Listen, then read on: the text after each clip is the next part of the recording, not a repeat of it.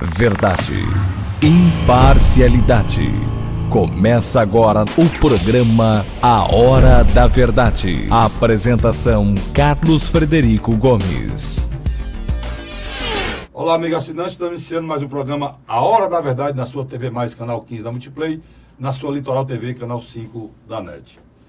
Hoje eu queria lamentar uma decisão, iniciar lamentando uma decisão, eu acho que é do CONDIC a nível nacional, de colocar as eleições para Conselho Tutelar praticamente dentro das eleições municipais, né? Nós teremos agora, em 2020, eleição para prefeito, vereador e vice-prefeito. E colocar a eleição do Conselho Tutelar praticamente dentro dessa eleição, a menos de um ano da eleição. Dois dias a mais, a menos de um ano da eleição.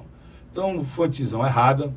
Colocou também que o Conselho Tutelar é um mandato de 4 anos, igual ao do vereador, e colocou também que ele pode ser reeleito ininterruptamente. Outro erro também, porque você faz o carreirismo no Conselho Tutelar. Eu lamento profundamente, porque a função do Conselho Tutelar é uma função muito importante para um país que não tem mais família. As nossas famílias foram destruídas durante todos esses anos. Hoje, nós temos lampejos de entidades, de igreja, tentando refazer essa família. E o Conselho Tutelar é fundamental. Quando uma criança tem um pai drogado, uma mãe na prostituição, e tem uma avó que pode tomar conta dessa criança. E quem é que vai decidir isso? O juiz? Ele não tem como decidir isso, porque ele não tem acesso, não conhece. Quem pode decidir? Um membro da comunidade. Quem é esse membro? É o conselheiro tutelar, que é da comunidade, poderá fazer essa escolha. Aí ele vai dizer para o juiz, olha, dê a guarda para a avó, porque a avó tem mais condições de tutelar essa criança e dar um futuro digno nessa criança. Esse é o sentido maior do Conselho Tutelar. O que é que transformaram? Transformaram uma politicagem barata. Essa eleição teve compra de voto. Essa eleição teve coação. Essa eleição teve fraude. E os verdadeiros líderes comunitários que tinham interesse principal, fundamental, que é de dar a proteção à nossa criança que é humilhada e pisada todo dia. Eu digo sempre, você me acompanha aqui, sabe? Olha, não tem quem sofra mais nesse país do que idoso e criança. As crianças são exploradas sexualmente por familiares, os idosos são humilhados todo dia. Isso é uma preocupação que, para quem tem caráter, para quem tem respeito, para quem sabe a importância de proteger essas crianças desse sofrimento terrível, está tocado com essa situação. Aí quando vem a eleição para eleger pessoas que possivelmente poderia protegê-los, vem essa bandalheira. E eu lamento profundamente, essa bandalheira não é de hoje, mas essa última agora foi demais. Dito isso, né, eu quero dizer que hoje eu tenho a companhia que recebeu o meu convite, veio aqui, eu quero agradecer já ao vereador Odacio Carneiro, está aqui comigo, e o vereador do Solidariedade, né, vereador? Do Solidariedade, recebeu o meu convite, e eu fiquei muito feliz com a sua vida aqui, para a gente discutir, inclusive, essa questão do Conselho Tutelar. Só por uma questão que eu faço sempre de apresentação, né, do nosso vereador convidado de hoje, só lembrando, vereador, eu estou numa cruzada de ouvir os vereadores de Fortaleza. Por quê? Porque nós temos eleição no próximo ano. Eu quero dar ao meu assinante, ao meu telespectador, a oportunidade de fazer a avaliação. E o vereador Odacio Carneiro, está aqui comigo hoje, é um vereador diferenciado do que tem lá, né? E nós vamos falar sobre isso também. O vereador Odacio Carneiro tem 48 anos, ele trabalha de forma independente lá na Câmara, ele não é situação e não é oposição. Ele tem algumas atitudes diferenciadas de todos. Ele abriu mão do seu VDP, né, praticamente. Ele já economizou, pelas contas do vereador, R$1.300.000, porque, na realidade, todo mundo tem direito a 22 assessores, o vereador só tem 8, né? É da Polícia Federal, concursado da Polícia Federal, agente da Polícia Federal, e tem vários projetos que nós vamos discutir aqui agora. Vereador, já um preâmbulo aí da sua vida, que é muita coisa, graças ao meu querido amigo Lima Júnior, foi quem me passou tudo isso, seu assessor. Mas, obrigado, seja bem-vindo ao programa Hora da Verdade. Carlos, eu aqui agradeço a oportunidade, né, o espaço. Eu sempre tenho cuidado de defender essa liberdade de imprensa. Nós vivemos num país hoje de um embate político, né, ideológico muito forte. Verdade. E eu sempre digo isso, ressalto a importância da função da imprensa livre, né? Eu acompanho, morei muito tempo fora, rodei o mundo todo, 5 continentes, trabalhei no Ministério da Justiça, na Presidência da República em Brasília, e estou na ativa na Polícia Federal, né? Então a gente tem uma experiência grande e é fundamental essa oportunidade, essa liberdade. Na Câmara Municipal eu tenho pautado isso, a liberdade de imprensa, a liberdade religiosa, a liberdade de manifestação, o próprio parlamentar, né? O princípio da autodeterminação parlamentar. Você tem que ter liberdade para falar. Eu posso discordar 100% de você, mas eu tenho que defender 1000% que você exponha sua ideia. Eu tenho feito isso, né? Como você já falou aqui no início, a gente tem feito uma atuação de uma forma independente. Né? Diferente, Eu tenho pautado minha atuação, Carlos, por projetos. Né? O projeto entra, para mim, independe que seja da situação ou da oposição. Qual a sua relação com o prefeito Roberto Cláudio? Olha, uma relação de respeito. Né? Inclusive, é uma questão que, logo depois que eu assumi na Câmara, né, eu fui interpelado por um colega seu de imprensa, né? Inclusive ao vivo, na reportagem, se eu externaria qual tinha sido meu voto. Eu disse, sem nenhum problema, eu não votei no prefeito Roberto Cláudio. Não o apoiei, mas eu respeito. E eu voto contra os projetos que eu não concordo. E vota a favor sem problema. E vota a favor se o projeto for bom. Que é a função do vereador, né? Pronto, eu achei engraçado isso, cara. Carlos, parece que eu estou... É isso que às vezes me coloca numa situação, sabe? E eu lhe confesso aqui para os seus ouvintes, até um pouco de desânimo. Por quê? Porque, para mim, eu estou fazendo o correto. Não, e é o correto. E muitas vezes sou criticado. É como correto. se eu fosse obrigado a estar dentro de um grupo. Ora, eu vejo oposição por oposição que eu não concordo. Eu acho que você tem que fazer um debate sério, honesto. Muitas vezes o debate é duro. Você acompanha o parlamento. A gente chega realmente num nível de calor de discussão alto. Mas você não tem, em canto nenhum, nem gravado, nem filmado, nem bastidores, o vereador Odécio agredindo ou atacando alguém. Tem o Odécio defendendo posições, sendo contra ou a favor, mas dentro de uma ética, de um respeito. Eu não posso subir numa tribuna do parlamento e ficar quebrando uma autoridade de mentirosa, de palavrões baixos. Eu acho que isso não é saudável à democracia. Eu posso discordar, como discordei. Já tive fotos meus lá, você acompanha. Agora, já no começo deste ano, né? Quando houve um embate lá sobre uma possibilidade de reajuste de salário, eu votei contra e apresentei emendas para alterar. E fui fortemente atacado. Eu rebati todos os argumentos com argumentos.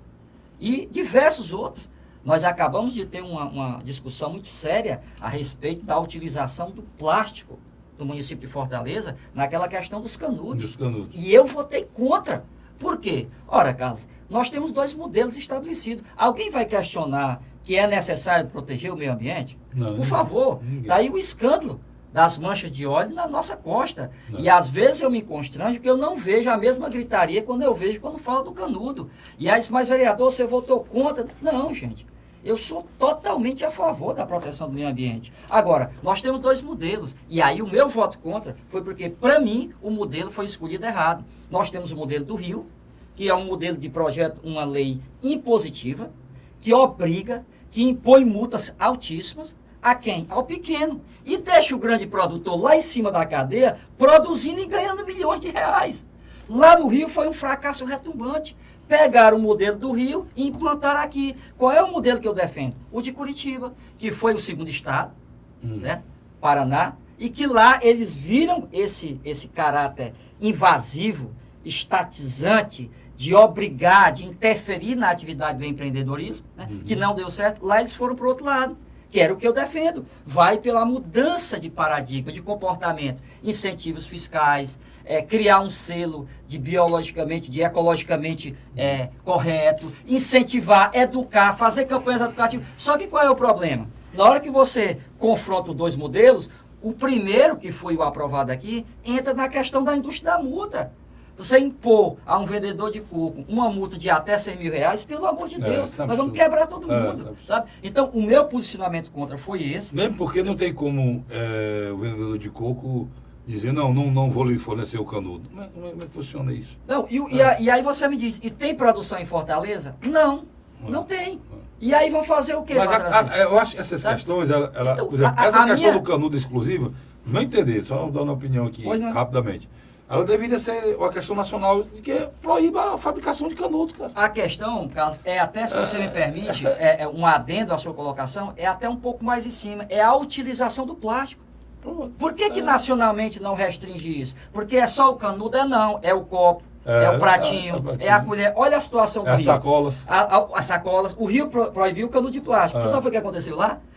O consumo de copo e de pratinho estourou. Porque o que a pessoal fez? Você acha que os grandes fabricantes, fala no supermercado, tá lá os sucos, os leites, os chocolates, todos com os canudos de plástico. Se no Rio não obedeceram, vão obedecer em Fortaleza? Claro que não. Então, essa lei vai fomentar a indústria da multa, vai arrecadar muito e o resultado vai ser praticamente zero. O que o senhor fez, vereador, foi ver o dia depois da lei, né? Pronto. Eu fico satisfeito, Carlos, porque isso gerou uma discussão saudável. Eu não entrei em agressões e respostas baixas. Mesmo a intenção do vereador Araguaçu era a melhor possível. Pronto. Era a melhor possível. Eu até elogiei. Disse, olha, a intenção de proteção ambiental, porque tem a questão dos oceanos, né?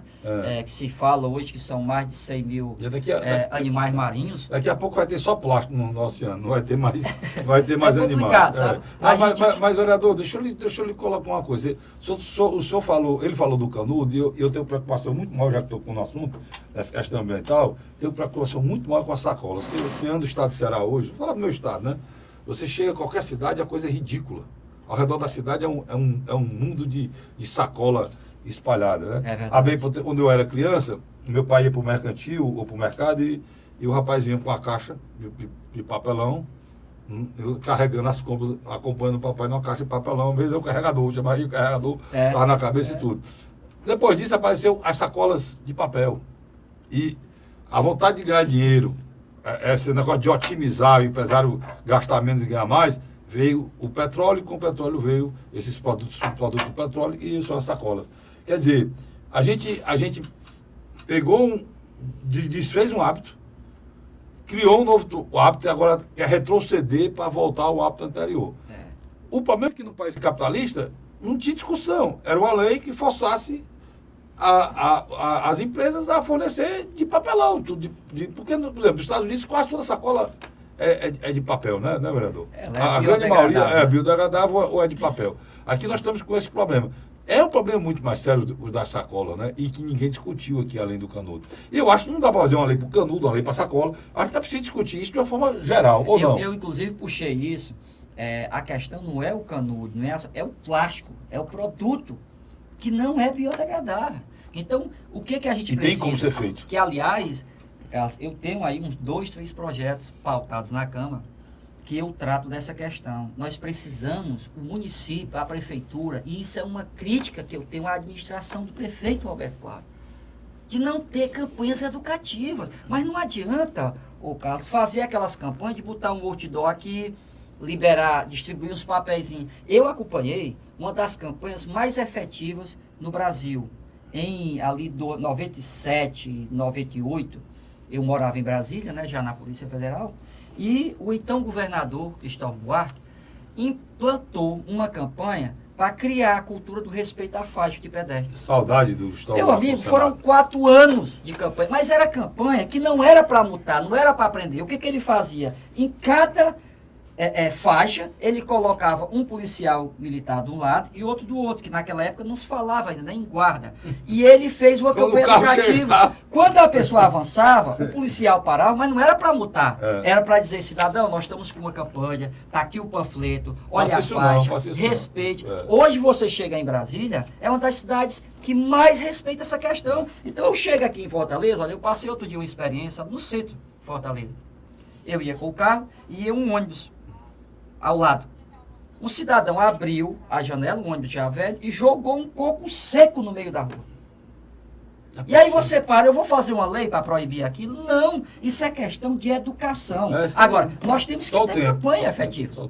Nós temos que incentivar, por exemplo, a iniciativa privada. Deixa eu lhe dar um dado bom sobre a prefeitura.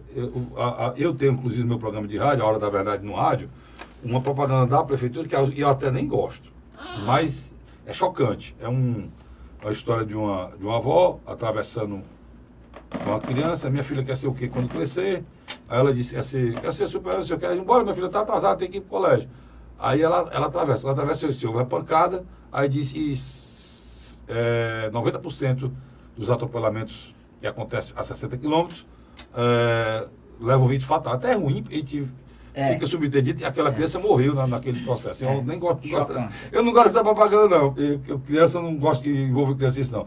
Mas é uma propaganda chocante para dizer a importância do controle de velocidade até 60 km. Né? É mais ou menos isso que o senhor está querendo dizer. O que falta, Carlos, é isso. Olha, você tem que ter a propaganda no rádio, na TV, mas você tem que ter uma campanha mais efetiva nas ruas, sabe? Trazendo a população. Você vê, olha, em todas as áreas, você tem esse problema do trânsito, das faixas, do plástico. Você tem um problema sério do lixo de uma forma geral. Aí não, mas a população tem educação. Mas por que não tem educação? Porque não se dá educação, não se fomenta isso. O prefeito Roberto Cláudio inovou aí com os ecopontos. Achei legal aquele negócio. Tenho acompanhado aquele Achei legal. É uma iniciativa boa. Inclusive, eu tenho um projeto que eu vi agora, que eles começaram a fazer o ano passado, né? A bem da verdade, quando eu assumi a Câmara, né? A respeito dessa questão do lixo. Por quê? Você anda 4, 5 quarteirões e não vê uma lixeira. Então, e aí a prefeitura me explicou, né, que era a questão de botar uma lixeira, alguém virar... Eu vi um modelo, inclusive no Canadá, e dei entrada no projeto, levei para a prefeitura, e agora eles estão fazendo aquelas lixeiras grandes, né, que cavam o chão, faz no subsolo e põe a lixeira em cima para recepcionar todo tipo, né, de dejetos, de lixo, de coisa.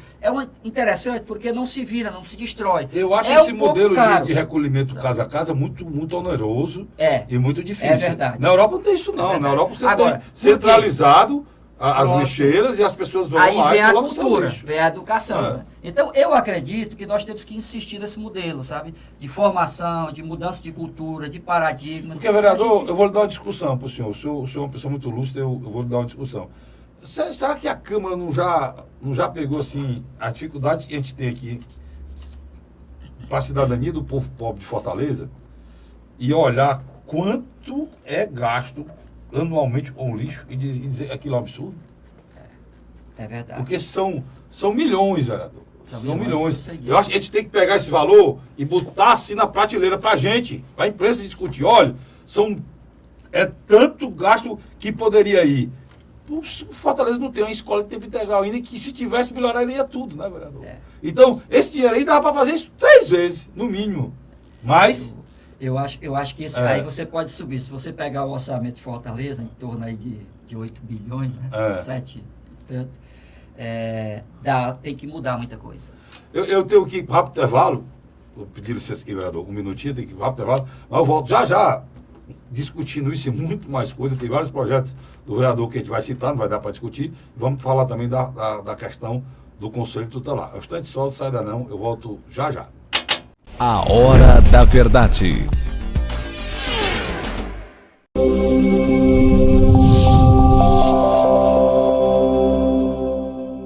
Se você encontrar larvas do Aedes aegypti, haja imediatamente. Jogue a água fora e vire as garrafas.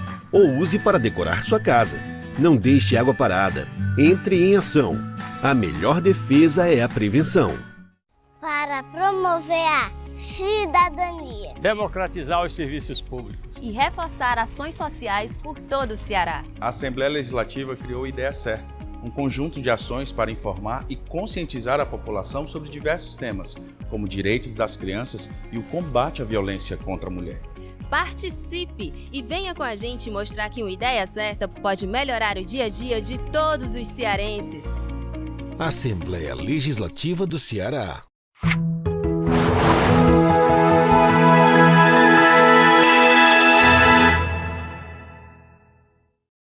A Hora da Verdade.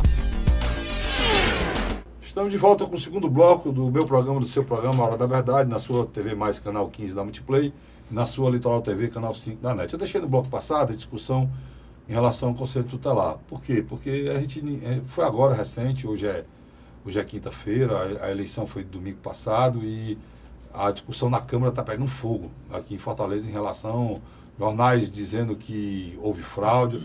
E eu queria perguntar ao vereador Odécio o que é que ele acha dessa situação, que envolve principalmente Fortaleza, que tem um problema muito sério, vereador, que é a questão da criança e do adolescente. Fortaleza, mais do que em qualquer cidade, além da gente ter problemas de abandono, uma pobreza muito grande aqui no Nordeste, ainda tem a questão da droga, que vai levando a nossa juventude para um caminho aí sem volta. E o estado de Ceará e Fortaleza, inclusive, há bem pouco tempo atrás, era a cidade mais violenta do país. Como é que você viu essa eleição, vereador? Olha, eu vi com uma preocupação muito grande, né? E até lamento, porque eu esperava uma estrutura melhor, né? Uma estrutura melhor preparada para a demanda. Eu andei basicamente em 2 locais onde eu fui votar e onde minha esposa foi votar. Tem uma questão muito grave aí, Carlos. Nós estamos num momento no nosso país que nós temos que refletir. Eu não gosto dessas determinações que cerceiam a liberdade, seja de que seja. Eu defendo as liberdades por um princípio democrático. Então, veja bem, a sociedade brasileira ela é composta de grupos. Você tem as entidades de comunicação, você tem as entidades esportivas, você tem as entidades religiosas, você tem as entidades políticas, as entidades sindicais. Aí você prepara uma eleição dessa. Uma massa de gente enorme como é a Fortaleza. Nós temos aí 1,5 milhão, 1,6 milhão de eleitores. Né? E aí você chega em locais, eu chegava em locais aí, que eram preocupantes. Nós tivemos casos, e isso está circulando, inclusive das redes sociais, que é outra questão, que de vez em quando a gente vê gente aí querendo questionar as liberdades. Você via gente comprando voto, com dinheiro na mão, mesários dentro, direcionando o voto. Certo? Nós mesmos tivemos que acionar umas 4, 5 vezes a Polícia Militar. Então, o que é isso? Aí eu já ouvi uma declaração aí na imprensa de que não vão anular a eleição. Já teve uma cidade aí que anulou. Tudo bem, mas eu espero que o Ministério Público puna esses candidatos que estavam fazendo isso. Porque não é possível. O Ministério Público é um órgão respeitado e tem que agir. Certo? Nós temos aí vídeos, nós temos áudios, nós temos pessoas. Nós temos uma vereadora que foi votar e não pôde votar. Porque não acharam o nome dela na lista. Então, são casos graves, preocupantes. Aí vem a questão, mas o que fizeram ilegal, meu amigo, a minha visão é bem simples. Quem infringiu a lei, seja punido, seja de qualquer entidade que for. Política, civil, militar, religiosa, sindical, seja o que for. No Diário Nordeste hoje traz uma manchete, 19 vereadores influenciaram na eleição direta, 19 conselheiros foram eleitos com mais ou menos isso, uma influência direta de vereadores, né? A manchete é essa. Fica tolhida a participação dos vereadores na eleição do Conselho Tutelar? É proibida a participação dos vereadores? Houve uma recomendação do Ministério Público restringindo o nosso direito de participação. Houve recomendação. Mas como foi? Proibindo que nós não podíamos sequer postar ou compartilhar. E ai de alguém compartilhar uma imagem na rede social, numa página minha, por exemplo. Houve restrições às liberdades dos líderes religiosos. Aí eu te pergunto, Carlos, e qual é a diferença da entidade religiosa para a entidade sindical? Por que a entidade sindical pode reunir ativistas, fazer quebra-quebra, fazer campanha, fazer o que quer, e as entidades religiosas não podem sequer se manifestar. Mas essa recomendação... Saiu do Ministério Público. Ela tem força de lei? Olha, não é uma força de lei, mas isso, imagine, a gente está ali... Mas ela bate de frente com o artigo 5º da Constituição, né? Com certeza. Então, essa é uma questão que nós temos que ter cuidado. O que é que falta? Faltou fiscalização, faltou uma estrutura melhor. Se o vereador estiver dentro, fazendo compra de voto ou venda de voto, ele tem que ser preso. Porque Olha erro... mais, eu vou defender o crime, rapaz. Agora, vereador, você não fez isso? Por hipótese alguma, amigo. Eu não faço e nem apoio esse tipo de coisa. Porque na hora que eu cedo ao crime, Carlos, eu estou desestruturando a sociedade brasileira. Eu estou desestruturando aquela questão básica, que é o respeito. Qual é o problema da violência do nosso país? Um dos graves problemas, são vários os motivos, mas um é a impunidade. Ou seja, o cidadão sabe que vai fazer e não vai ser punido.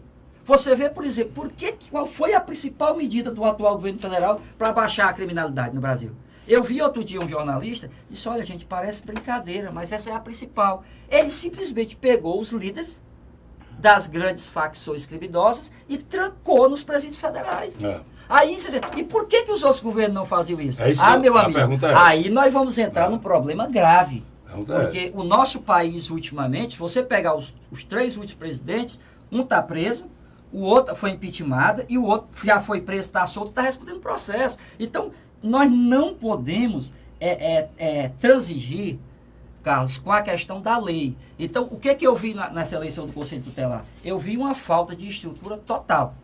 Total, sabe? Eu tenho informações... Teve um companheiro meu, Flávio Moreira, que é jornalista esportivo, o Lima conhece muito bem, ele estava me relatando na Rádio Cidade, no Grupo Cidade de Comunicação lá, que eu tenho meu programa A Hora da Verdade, no rádio, que ele passou 4 horas para votar.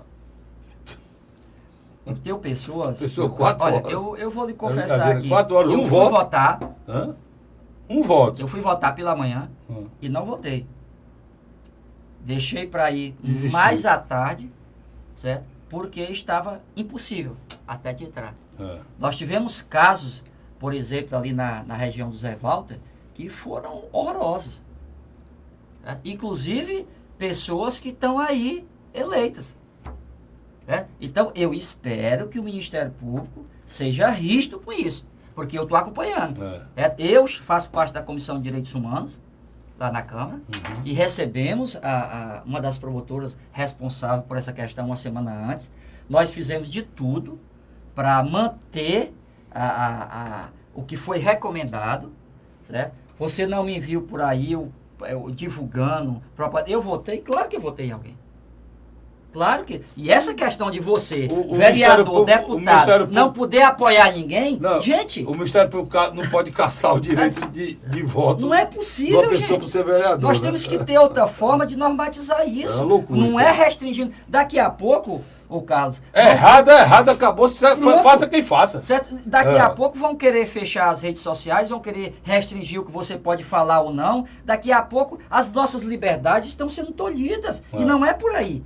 Certo? Eu vejo, às vezes, esse embate ideológico nacional, né? Mas o presidente falou isso é um absurdo. Aí você vê, logo em seguida, tá aí o caso da Amazônia, rapaz. Foi uma gritaria internacional, tá aí o Nordeste todinho prejudicado, e você não vê um órgão internacional falando das manchas de petróleo. E é sério o que está acontecendo. Gravíssimo. Tá acontecendo. E suspeitas gravíssimas. A Petrobras, a própria Polícia Federal já está envolvida, analisando a Marinha, e tem digitais fortíssimas de petróleo venezuelano. Agora, por que o governo venezuelano é alinhado com a ideologia que domina mundialmente, nós vamos deixar ele fazer um crime desse, rapaz? O que é isso, gente? E esse até é criminoso. Nós não podemos, Carlos, colocar uma ideologia, uma filosofia, um pensamento acima da lei. Certo? Esse tipo de crime tem que ser combatido. Eu vejo hoje essa questão do pacote anticrime. Meu Deus, nós tivemos aprovações de leis dentro do Congresso que afrontam o combate à corrupção. E aí você tem um projeto para endurecer o combate à criminalidade e fica se jogando de uma comissão para outra dentro da Câmara Federal e não se aprova. O Rodrigo Maia se declarou contra. É um absurdo. É uma má vontade terrível. Eu até critiquei muito o presidente Bolsonaro, porque eu acho que a questão econômica, da reforma da Previdência é fundamental, Mas o presidente Bolsonaro foi eleito na esteira de um povo que estava desesperado com a violência. De um povo acuado com a violência. Depois, porque o que é mais grave? Eu tenho um déficit público, que é grave, um déficit público é grave, tem dificuldade? Tem. Mas o que é mais grave? A constatação que em 2017 foram assassinadas 5 mil pessoas aqui no estado do Ceará. Você sabe, 5 mil cadáveres colocados um do lado do outro, só no estado do Ceará. Se você aprofundar, fizer um corte e for ver quem foi morto, você vai ver que a idade é entre 12 e 20 anos de idade. Jovens e adolescentes. Onde é que está indo a nossa juventude? Quem é que está matando a nossa juventude? Aí você puxa um ponto muito preocupante, que é a questão da droga. Né? Pois é. Aí o que acontece? Se você vai para a eleição presidencial, você cria a esperança que o Brasil pode sair dessa chaga. Isso é uma chaga, né? Dessa situação vexatória que a gente vive em relação à criminalidade. Aí o presidente chega ao poder, toma posse e a prioridade vira a reforma da Previdência. Perfeito. Agora, você não pode andar as duas juntas, não? Não. Aí o juiz Moro ficou com a caneta na mão, o ministro da Justiça com a caneta na mão, sem poder fazer nada. E os anseios da população tá aí. O presidente Bolsonaro despecou, cara. Porque, por exemplo, aqui no Ceará, o governador Camilo Santana teve a coragem cívica de tomar uma decisão quando ele mexeu na questão penitenciária. E tá aí o que ele está colhendo. A coragem de tomar a decisão, trouxe esse secretário, que disse, olha, é dever do Estado mandar, mas o Estado é que tem a guarda legal desses presos. Por ter a guarda legal, ele é que tem que mandar. No momento que o Estado assumiu essa posição, você está vendo o resultado. Agora, Carlos, olha, me permita eu fazer um adendo. Certo? O governo Camilo Santana tomou essa decisão, mas não tomou porque quis, não. Sabe? Era o grande calcanhar de Aquiles dele. É verdade, mas veja bem. O ex-governador Cid Gomes passou 8 anos no poder, criou o Ronda do Quarteirão, gastou dinheiro, não entrou nesse âmago, não mexeu nessa ferida e teve sucesso. O Lúcio Alcântara, da mesma maneira, teve sucesso. O governador Camilo terminou o mandato dele, bem avaliado em outras coisas, em relação à segurança, ele numa situação terrível. Olha, ele teve a coragem naquela crise de janeiro, houve uma resistência do Estado do Ceará em liberar todos os chefes do crime organizado para a Polícia Federal. Certo? E o ministro Moro teve que endurecer o discurso. Inclusive, o governador ligou para o presidente e o presidente referendou. Então, veja bem, essa política de segurança que hoje está em andamento, o governador Camilo Santana, eu não apoio, tenho sérias restrições à atuação dele, certo? Porque eu fiquei dentro da Secretaria de Segurança o ano de 2014, assumi, cheguei até a ser secretário executivo da Segurança. Eu sei. Certo? Eu não vou entrar aqui no mérito da decisão que ele tomou, mas quando o governo Bolsonaro assumiu, né, e aí a César o que é de César, ele realmente mudou a política. O Mauro, esse rapaz, esse cidadão tem que ser realmente valorizado e respeitado. Mas vou dizer uma coisa, quase derrubam ele dentro do Palácio da Abolição. Então, o apoio à assunção, quando o ministro Moro assumiu o Ministério da Justiça, que endureceu, você veja, por exemplo, eu acabei de ser questionado esses dias na Câmara, né, porque houve uma crítica muito ácida, muito forte da oposição, né, essa questão do grupo, do capitão Wagner, essa questão da segurança, que eu eu discordo dos termos que são usados. Mas veja bem, quando o governo Bolsonaro assumiu, era uma situação. Quando o Mauro chegou, endureceu, porque não tem segredo, Carlos. Eu vivo dentro da segurança já há décadas.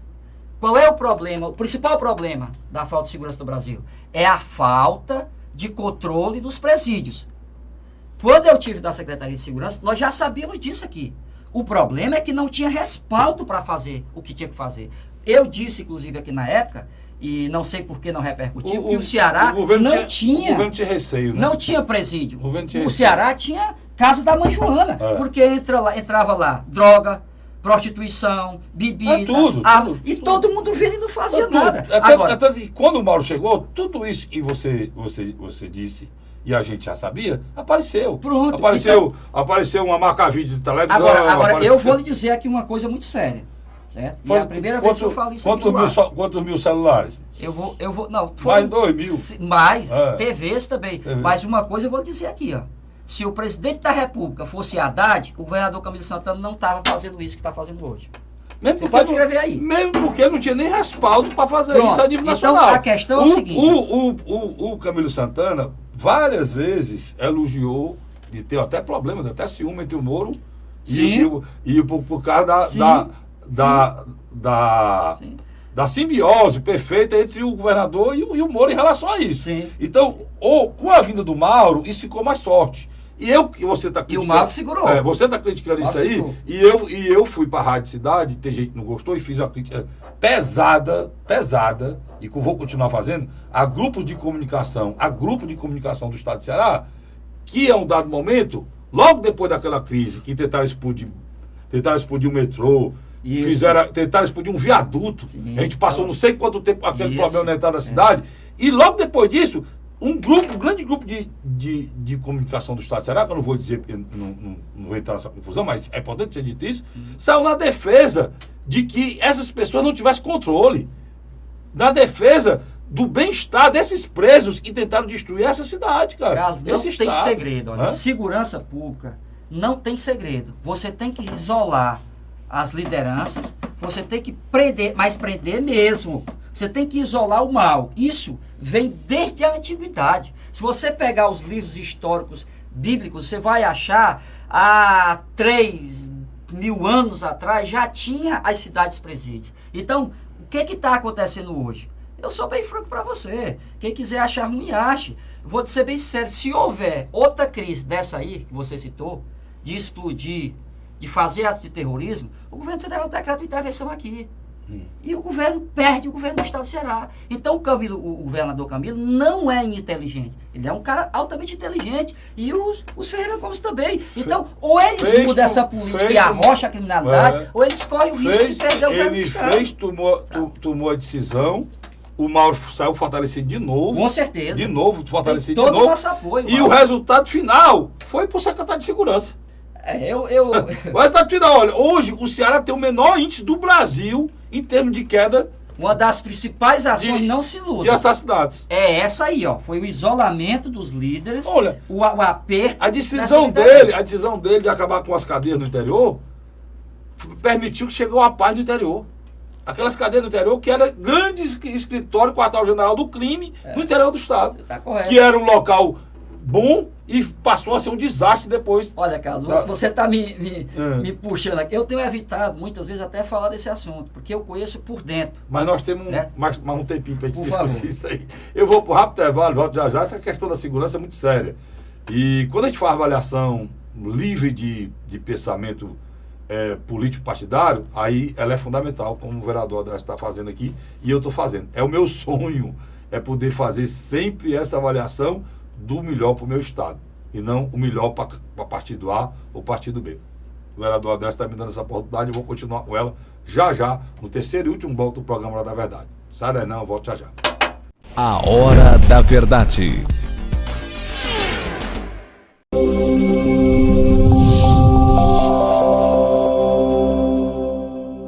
Se você encontrar larvas do Aedes aegypti, haja imediatamente.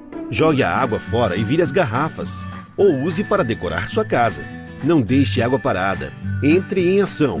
A melhor defesa é a prevenção.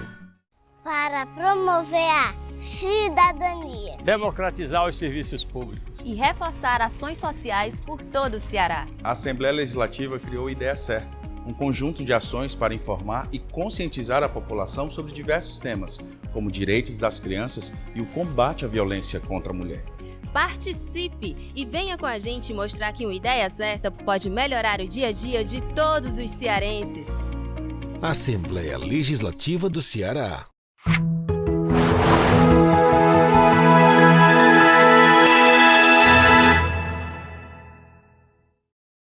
A Hora da Verdade.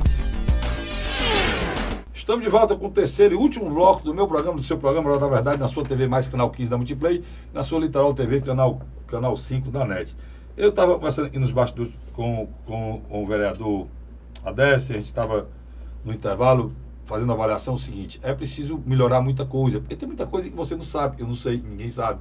E a segurança pública, ela é uma coisa muito pesada, né, vereador? Ela envolve a vida das pessoas. Você vê, o próprio secretário Mauro, que está fazendo um grande trabalho aqui, quando teve outro estado, teve a família sequestrada, né? A filha sequestrada dentro desse processo. Ameaça. Quer dizer, ameaça. É preciso ter muita coragem para fazer segurança pública no estágio que a gente chegou aqui no estado do Ceará. Mas eu parabenizo o governador pela coragem e aceitação de trazer o Mauro. E na hora que o Mauro chegou, já começou o problema de ele fazer qualquer coisa, né? Já começou o problema de fazer qualquer coisa. A reação veio agora, para você ter ideia como é que acontece. Há um mês e pouco atrás, eu pedi ao meu correspondente na Assembleia que procurasse os deputados e dissesse a ele que estava preocupante, que o crime organizado estava voltando. Há um mês e poucos atrás, antes desse. Por quê? Porque assassinatos não estavam mais acontecendo, passaram a acontecer. E a gente acompanha isso diariamente e nota. Eu notei, mataram 2, mataram 3, está voltando. Aí eu falei, teve até um deputado que disse assim, não, eu acho que o Cássio Henrique está enganado. Não tem nada disso não, o controle está muito bem. E eu não estava enganado, porque logo depois veio a explosão, né? Essa explosão, a última crise. Ou seja, eles tinham realmente contato de novo com o exterior, né? E esse é o grande problema. É interessante, Carlos, que você falou aí, porque, veja bem, olha, eu acho que o governador está agindo correto, ele tem que segurar, né? Nós tivemos uma mudança no comando do país. Hoje tem várias investigações que davam conta de grupos políticos nacionais em relação promíscua com essas facções a nível nacional, né? Precisa ser descoberto isso. E isso está sendo investigado, né? Inclusive a nível de polícia estadual, inclusive no estado de São Paulo, que lá não tem nada de apoiado ao governo federal, é um governo do João Dória, né? Que inclusive agora se declarou aí oposição. E essa postura do governador de manter é muito importante, porque lá em Brasília agora endureceu mesmo, fechou. O que tinha de ligações com essa turma está sendo cortada. Graças a Deus. Aqui no estado, essa postura do Mauro tem sido fundamental.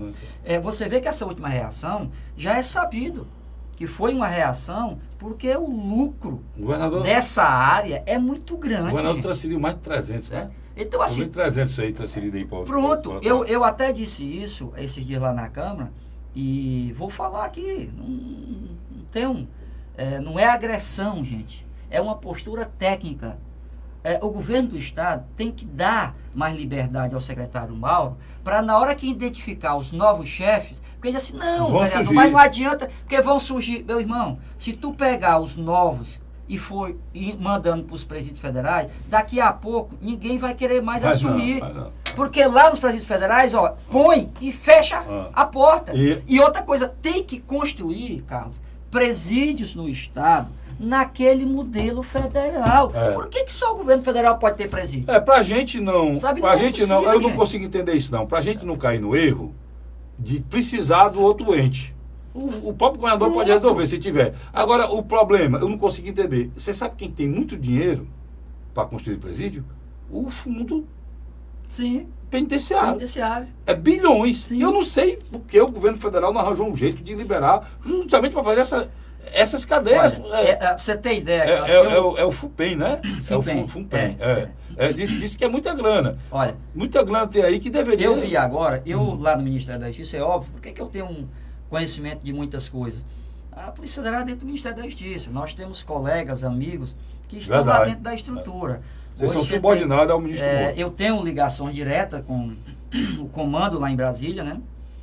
Eu tenho o próprio secretário executivo, que é o chamado vice-ministro, né? É um colega nosso da Polícia Federal, no Ministério. Nós temos vários colegas atuando ali dentro. Então, a gente conhece os bastidores. O grande problema aí é a execução. Certo? Então, o que tem que ser feito? Tem que melhorar isso aí. Eu, aqui mesmo, trazendo para a nossa cidade, Carlos, eu tenho apresentado vários projetos ao nível de município de Fortaleza. Por exemplo, eu tenho um projeto que traz metas de anticorrupção para serem colocadas dentro das leis de licitação no município de Fortaleza. Nós estamos tramitando. Eu tenho projetos de lei que trazem normas de transparência para essas áreas acessíveis. Por quê? Porque quando você mexe com o dinheiro que se convencionou chamar público, que não tem nada de público, meu amigo. O dinheiro é seu, é meu. Eu sou servidor público, Carlos, e todo mês, no meu contra-cheque da Polícia Federal, quase 40% eu nem vejo. Já vai para o governo. Esse é o dinheiro público? Não, meu irmão. Eu estou trabalhando dia e noite para poder honrar o meu salário. Então, quando você vê essa questão, isso é uma questão de corrupção, certo? Isso está inserido, entranhado em todas as instituições. Eu tenho a minha polícia, a Polícia Federal.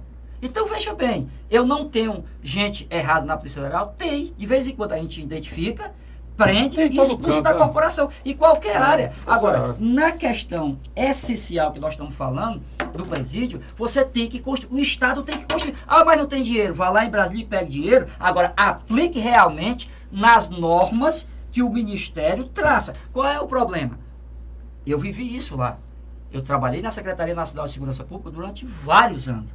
Fui assessor, fui diretor, fui coordenador, assumi cargos de toda espécie. A gente tinha o dinheiro, mandava para os estados, e o Estado não tinha a competência para executar como a gente queria, Carlos. O dinheiro volta. E demora muito mesmo. Executava, também, né? Sabe o que, em média? 18, 20%. É isso aí mesmo. É isso aí saber. Planejamento é o seguinte: se você não executou. Não consegue gastar o dinheiro do fundo. Esse é o problema. Que pareça. Então, agora, o que o governo. É um negócio mesmo estranho. Esse país é complicado. É complicado. Aí mostra a televisão, mostra os programas, as cadeias tudo abarrotadas e o Ministério da Justiça cheio de dinheiro para construir cadeia. Certo? Então, eu louvo, e aqui.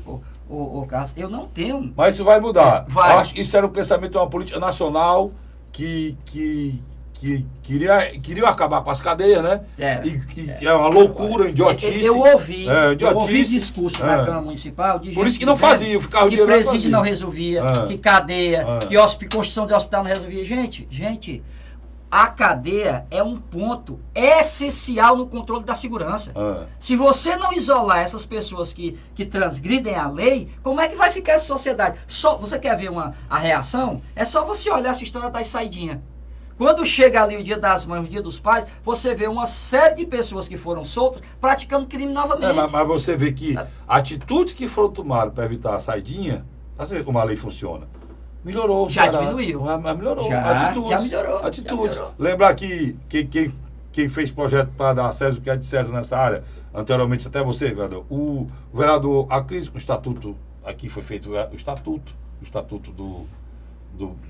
da história dos biombos e tal. Já tinha uma lei estadual feita pelo TIM, que é a história dos biombos. Já tinha outra lei feita pelo menino em relação a capacete. E foram juntando. Agora o Vitor Valim tentou uma lei agora na Assembleia, que é em relação à localização dos bancos, para não ficar em áreas residenciais, né? Para evitar explosão e papapá. Tudo são coisas que precisam ser feitas. Por exemplo, a lei ela é importante. O próprio ministro Moro falou essa semana, foi retrasada, numa entrevista que ele deu ao Jovem Pan, no governador do Ceará, em que dizendo que o governador, ele usou, é do PT, né? Ele usou. E o governador era a favor da lei antiterrorismo. Sim, ele inclusive defendeu a agora. Tipificar, usando o exemplo. Por quê? Porque na hora que um bonitinho desse aí, com um galão de gasolina, tocar fogo no ônibus, ele vai mofar na cadeia 10 anos. Sabe que outro vai tocar fogo em ônibus? E outra coisa, Carlos, tem que elogiar essa postura do governador.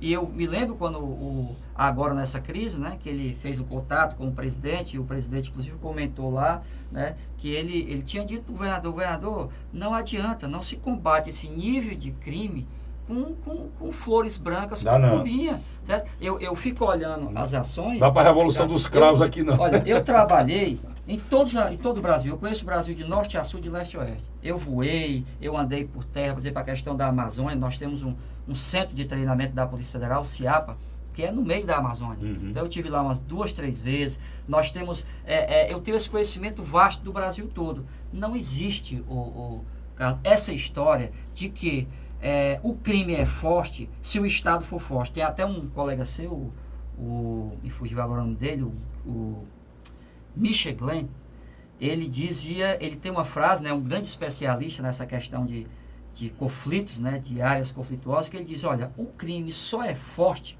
onde o Estado é fraco. Por quê? Porque o poder da força é dada pela Constituição Federal ao ente público, ao Estado. Lato sensu. Então, na hora que o Estado faz valer a lei, é claro que as autoridades que estão à frente pagam preço. Você acha que, por exemplo, a questão da Polícia Federal, você precisa. Você vê aquele glamour, né? Todo mundo sonha, rapaz, eu quero ser um federal. Gente, você não sabe o que é que a gente aguenta lá. Tem até o japonês da federal. Nós somos atacados. Aquele japonês não botaram ele na rua porque o STJ anulou as denúncias. Porque nós somos atacados por grupos poderosos financeiros, políticos, ligados à corrupção, ao crime organizado. Quando você vê o caso do Sérgio Moro, rapaz. Os procuradores. O presidente Bolsonaro pisou na bola naquela mudança do superintendente do Rio, né, vereador? Rapaz, olha, essa questão, eu fui questionado lá na Câmara. Veja bem, Carlos, não há... A Polícia Federal é o seguinte, é como a Polícia Federal, como o Ministério Federal, como os órgãos federais. O que nós tínhamos no Brasil até a chegada do atual governo? Nós tínhamos governos sequenciais, né? Talvez um pouquinho que começou a mudar ali a linha foi o Michel Temer, mas muito comprometido, né? Nós tínhamos uma ideologia dominando, certo? Então, o alinhamento de ações do Estado brasileiro passa pela eleição do presidente. O que foi que aconteceu na eleição de Jair Bolsonaro? Foi eleito um pensamento totalmente diferente do anterior. E eu vou dar um exemplo. E o anterior ainda estava dentro. Mas claro, aí eu vou lhe dar um exemplo que você, cidadão, vai entender perfeitamente. A questão da arma. O governo anterior era desarmamentista declarado. O governo que chegou é pró-armas. Então veja bem, como é que eu vou deixar no comando de órgãos federais que eu, presidente da República, sou eu que nomeio, sou eu que designo comandantes que não são alinhados com as atuais políticas do atual governo. Então, o que há? E eu acompanhei isso, Carlos, muito de perto, porque eu acompanhei o governo Fernando Henrique, o final, eu acompanhei a transição de Fernando Henrique para o Lula, não sei se o amigo sabe, mas eu trabalhei, inclusive, na equipe de transição, certo? Eu participei, inclusive foi um dos responsáveis pela varredura do gabinete do presidente que estava assumindo, Lula, lá naquela Fundação Banco do Brasil. Pronto, eu fiquei ali, certo? Então, eu, inclusive, detectei instrumento de possibilidade de interceptação. Eu acompanhei do Lula para Dilma, e da Dilma para o Temer, e do Temer para o Bolsonaro. Todos os presidentes que assumem fazem um alinhamento de políticas. Inclusive, o que aconteceu? O cargo de superintendente da Polícia Federal é um cargo direto do presidente, né? Rapaz, veja bem. Você tem... Ou é o ministro da Justiça? Não, indicação direta do presidente. Não, o presidente pode, sim, indicar, o ministro nomear, mas a questão que está acontecendo é o seguinte, todos os órgãos de governo trabalham dentro de políticas. O Jair Bolsonaro chegou e disse, olha, minha política agora é diferente. Eu quero alinhar, pelo menos, o comando. O colega lá, perdeu, foi perseguido. Não. Ele acabou de ser nomeado numa função importantíssima agora de combate ao crime organizado. Só que, veja bem, essa questão de mudança de política, por exemplo, a questão ambiental, é outra divergência grave.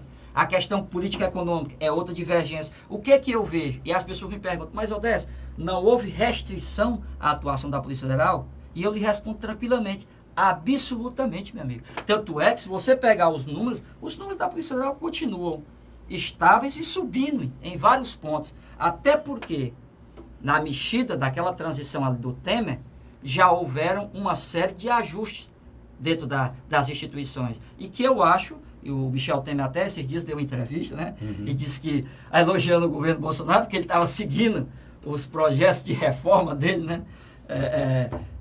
É o ponto de vista dele, e a gente respeita. E se você olhar de alguma forma, realmente... Não, mas tem mesmo, tem algumas coisas... Realmente algumas coisas, né? Na área econômica, com certeza. De reforma, de mudanças... Inclusive, tem várias figuras da área econômica que continuam aí, inclusive o cearense. Essa própria questão da área de segurança, o Michel Temer tinha uma divergência. Rapaz, eu vou lhe dizer... Porque eu conhecia, ele tinha uma divergência com a ex-presidente Dilma. Então, é uma situação eu vou lhe dizer uma coisa aqui, de ajuste que precisa passar e... Deixa eu fazer justiça aqui ao Michel Temer numa coisa, que o Michel Temer é o vampirão, todo mundo fala mal dele, muita coisa que é preciso falar. Uma criatura chamada Raul Jungmann. O Raul Jungmann foi que iniciou esse processo de combate ao crime organizado. Ele fez algumas atividades, eu nunca vi. Aquelas atividades aquela interação da Polícia Federal com as polícias dos estados, que fizeram aquelas primeiras prisões a nível nacional, só vi no governo Michel Temer. Eu nunca vi isso no governo Lula, eu não vi isso no governo Dilma, eu não vi isso no governo Fernando Henrique. Ele fez outra atividade, vereador, só lembrando, você deve saber mais do que eu, que foi em relação ao entorno das escolas, atividade nacional, que prendeu várias bocas de droga no entorno das escolas. Outra coisa. Você tocou num ponto essencial. O Temer tinha uma divergência nessa questão das drogas, sabe?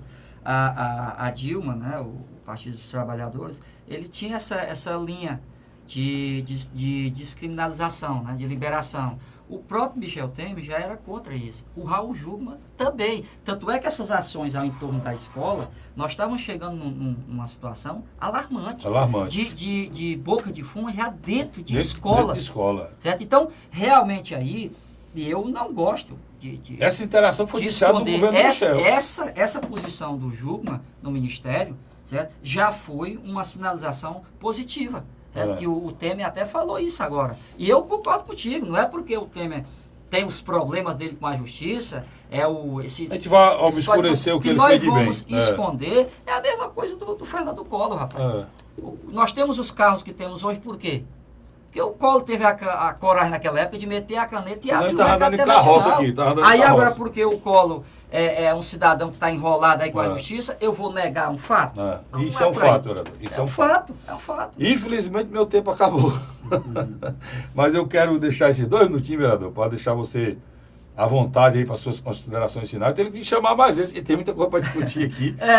Eu tenho um programa pela ordem também na TV Fortaleza, que sai na TV Assembleia. Eu estou voltando aí, fiquei fora uns 4 meses, estou voltando. Vou até também, até o final do ano, convidar para você ir lá também. Eu agradeço, Carlos. Você já viu, eu falo a verdade. E a gente conhece o pouco, então eu tenho feito... O nome do programa é emblemático, é a Hora da Verdade, né? Então você é muito bem-vindo aqui. Eu tenho feito uma atuação na Câmara, gente, de uma forma respeitosa, técnica. Essa questão da não utilização das verbas, eu não utilizo realmente, devolvo 100% documento. Apresentei um projeto de lei para pegar esses recursos e botar na saúde e educação. O projeto está tramitando, né, porque orçamento é uma lei. Para você mudar a aplicação, você tem que mudar através de lei. Então, existe questionamentos, claro. Você fazer uma inovação dessa no município é muito delicada. É mais fácil você fazer no Congresso Nacional. Mas, enfim, nós temos essa atuação, nós temos vários projetos. Eu estou aí com um projeto muito importante para aumentar a isenção da taxa de iluminação pública para as pessoas de baixa renda. Né? Nós já temos uma lei, mas essa lei está já ultrapassada, né? Que era até 70 kW, nós queremos subir para 100. Nós temos aí uma série de outros projetos muito importantes, a questão de combate a cartéis em postos de combustíveis. Nós temos um projeto de lei que acaba com esse negócio de gasto com aluguéis de carro. Você vê, o município de Fortaleza chegou em anos anteriores a gastar mais de 20 milhões com isso. Então, isso é um combate que eu faço. Eu sempre procuro trilhar uma atuação, Carlos, de uma forma de enxugar o exagero. Não é essa história, o Estado tem que ser mínimo. Não, eu acho que o Estado tem que ser necessário. Agora, hoje está inchado. E eu não gosto disso. Por quê? Porque aí falta dinheiro para a educação. Eu vou ali no IJF, no HGF, e saio constrangido, rapaz. Saio dolorido de ver aquelas pessoas em corredores. E você ser o ente público sem poder fazer nada, né? Sem poder fazer nada. E a gente recebendo diariamente demandas da sociedade. Então, eu agradeço a oportunidade, o espaço. E, meu amigo, estamos lá na Câmara, à disposição. Pode chegar e entrar. É o gabinete 22 e de portas abertas para atender esse povo tão querido da nossa cidade de Fortaleza. Eu conversei aqui com o vereador Adécio Carneiro, devia ter trazido antes. Fiquei muito feliz com a sua presença aqui, vereador, porque eu vivo lutando para discutir cidadania. E no Brasil só se discute politicagem, ele é partidário, né? Se for política partidária, eu discuto feliz. Mas politicagem partidária é difícil, né? Então, eu tive a oportunidade aqui de conversar sobre cidadania com um funcionário público da Polícia Federal que hoje está como vereador. E isso é muito bom. Muito obrigado pela oportunidade, vereador. E a você, assinante, muito obrigado pela audiência. Eu volto na próxima semana, se Deus quiser, mais um programa, A Hora da Verdade. Até lá. A Hora da Verdade. Se você encontrar larvas do Aedes aegypti, haja imediatamente. Jogue a água fora e vire as garrafas. Ou use para decorar sua casa.